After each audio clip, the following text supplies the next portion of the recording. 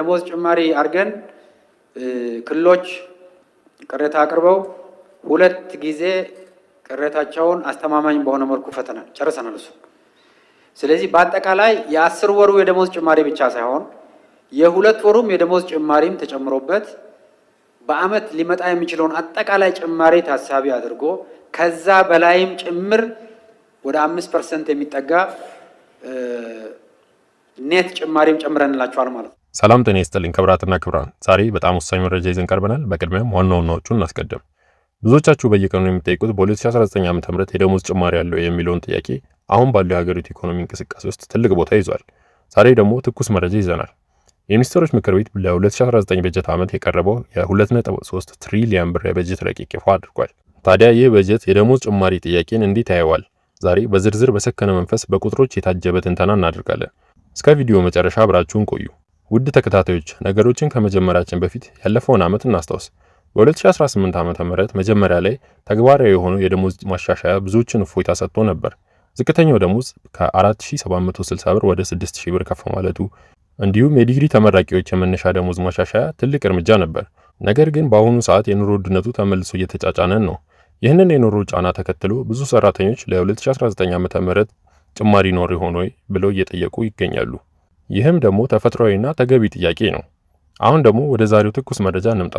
የሚኒስቴሮች ምክር ቤት 59ኛ መደበኛ ስብሰባውን በማካሄድ ለ2019 በጀት ዓመት የሚውል 2 ትሪሊዮን 339 ቢሊዮን ብር በላይ የሆነ የበጀት ረቂቅ አዋጅ ለሕዝብ ተወካዮች ምክር ቤት ልከዋል። ይህ በጀት ለካፒታል ወጪዎች፣ ለመደበኛ ወጪዎች፣ ለክልል መንግስታት ድጋፍና ለዘላቂ የልማት ግቦች ማስፈጸም የሚውል ነው።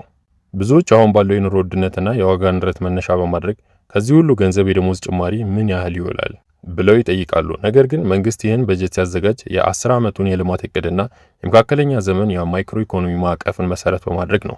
ይህ በጀት የልማት ስራዎችን ለማፋጠን፣ የኢኮኖሚ ትራንስፎርሜሽን ለማምጣትና የሀገሪቱን የፋይናንስ አቅም ለማረጋገጥ ነው የተቀረጸው።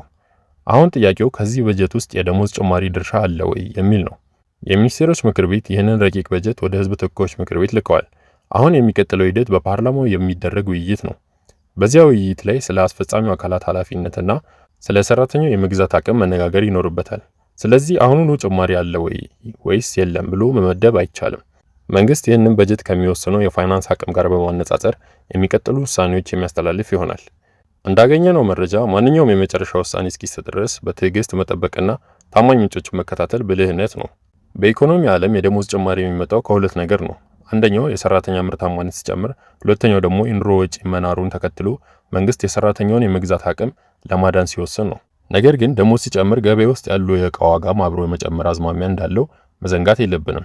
ስለዚህ የ2019 ዓ.ም ጉዞ በዋናነት የሚወሰነው በዋጋ ግሽበት ቁጥጥርና የሀገሪቷን ኢኮኖሚ አቅም ላይ ነው። ውድ ተከታታዮች፣ ደሞዝ እስኪጨምር መጠበቅ ብቻ መፍትሄ አይደለም። የኑሮ ውድነቱን መቋቋም የምንችለው አቅማችንን በማሳደግም ጭምር ነው።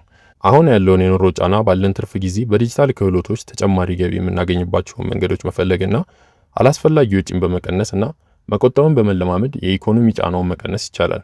በተጨማሪም ራሳችን ላይ ኢንቨስት በማድረግ ተጨማሪ ክህሎቶችንና እውቀቶችን በማሳደግ ሌላ ተጨማሪ ገቢ የሚገኝባቸውን አማራጮች መመልከት ተገቢም ነው።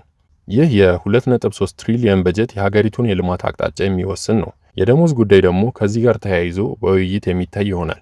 በዚህ ቻናል ላይ ማንኛውም አዲስ መረጃ ሲኖር ያለምንም ማጋነን ትክክለኛ መረጃውን ይዤላችሁ ቀርባለሁ። የእናንተ አስተያየት ምንድን ነው? ይህ 2.3 ትሪሊዮን ብር በጀት የኑሮ ውድነቱን ለማረጋጋት ይረዳል ብላችሁ ታምናላችሁ? ሐሳባችሁን በኮሜንት ላይ አካፍሉን። ቪዲዮውን ከወደዳችሁት ላይክ እና ሼር በማድረግ ለሌሎች እንዲደርስ አድርጉ። ለቻናሉ አዲስ ከሆናችሁ ሰብስክራይብ ማድረጋችሁንም አትርሱ። በሌላ በአዲስ መረጃ እስከምንገናኝ ድረስ ሰላም ቆዩን።